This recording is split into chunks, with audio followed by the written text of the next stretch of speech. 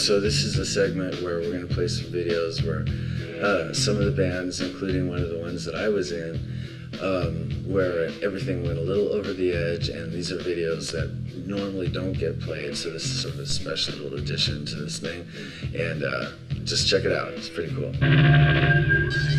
While MTV's standards, much like the times, are ever evolving, there are some basic guidelines. Logos equal free advertising, a definite no-no. Neil Young found this out the hard way when his scathing "This Note's for You" was banned from the channel for promoting the very corporations the song mocked. Neil got the last laugh, however, as the video took home Video of the Year honors at the 1989 MTV Video Music Awards. This note's for you. Speaking of corporations, Madonna was dropped by Pepsi that same year because of her Like a Prayer video and commercial.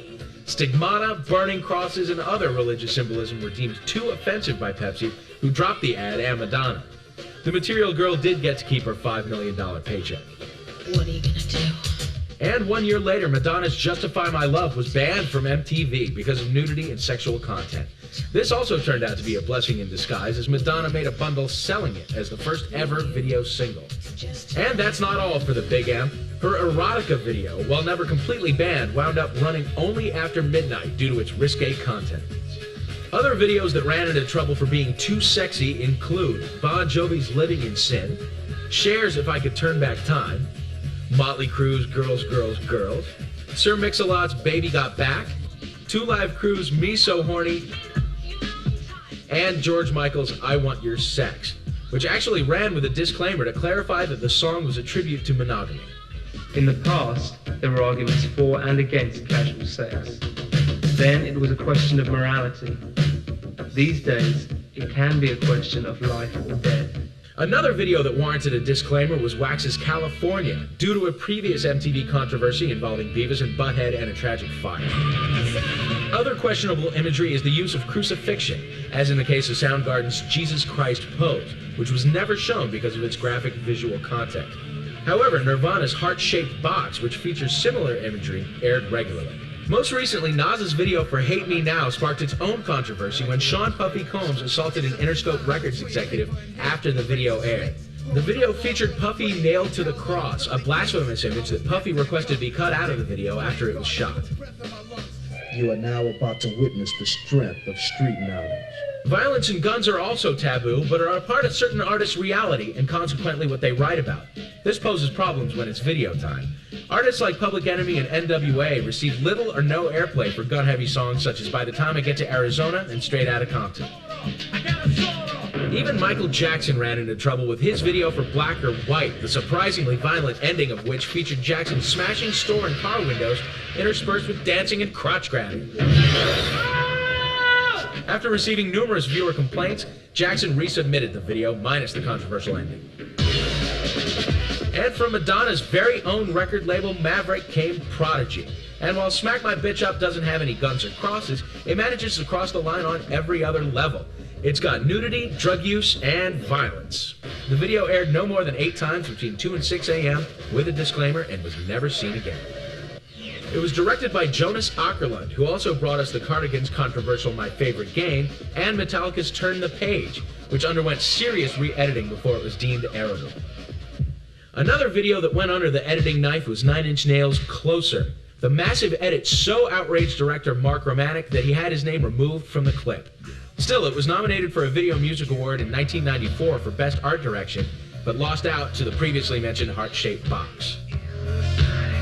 So, as we move into the next century, societies and MTV standards will continue to evolve, but rest assured, no matter where the line is drawn, somebody's bound to cross it.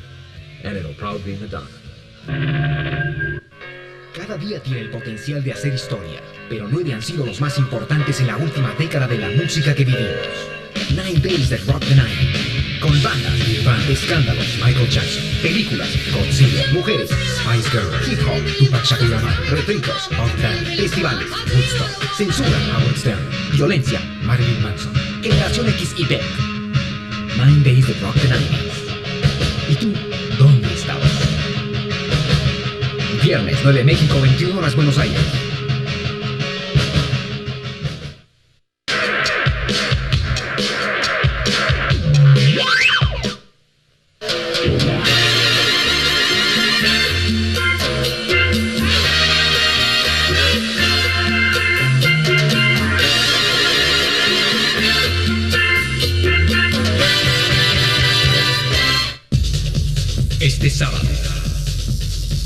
Decembrísimo. A las 13 horas Buenos Aires. Los cantabas y bailabas sin cansarte. Los tarareabas sin parar. Ahora ni sus nombres te suenan bien.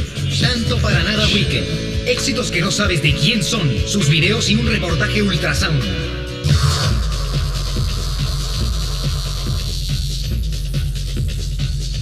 Decembrísimo. El megamés del apocalipso. Paseo, cocina, comedor. ¿Veráis?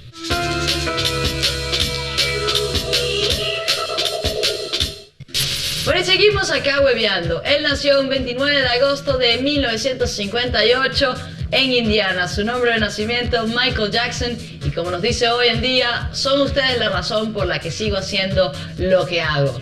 Él lleva cantando desde que tiene 5 años de edad, así que como que no ha tenido una vida muy normal. Pero Michael Jackson, el hombre de las 1000 caras, adicto a las cirugías estéticas y a dormir en camas de oxígeno, pues aquí les va en el hueveo la fabulosa vida de Michael Jackson.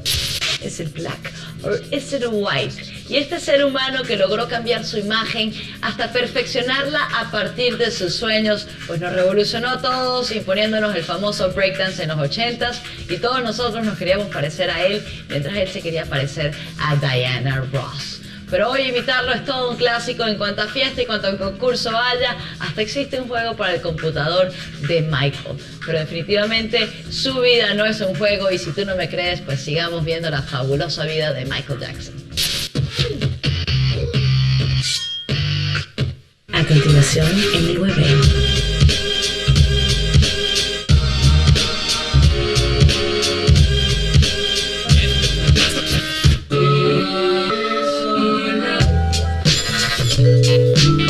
La próxima semana en Video Premiere, 5 gran estrenos a las 5 de la tarde. Lunes, Chris Cornell, Can Change Me. Martes, Smash Mouth, Then the Morning Comes.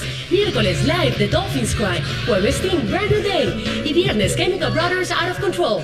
Este sencillo sale de un disco que se llama Park Life. Y dentro de estas imágenes que vemos durante el video, también vemos a unos pelones que tienen unas mariposas en la cabeza. Se salen besando y les vemos la lengua. Y de ahí que sale este nombre alterno de Tongue. Aquí los dejo con Blur y esto es Girls and Boys.